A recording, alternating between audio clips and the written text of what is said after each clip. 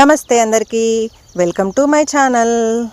అయితే నేను మీకు పాత వీడియోలో చూపించాను, కొట్టేసిన రావి చెట్టు దగ్గర పుట్టగొడుగులు అనే ఒక వీడియో ఉంటుంది.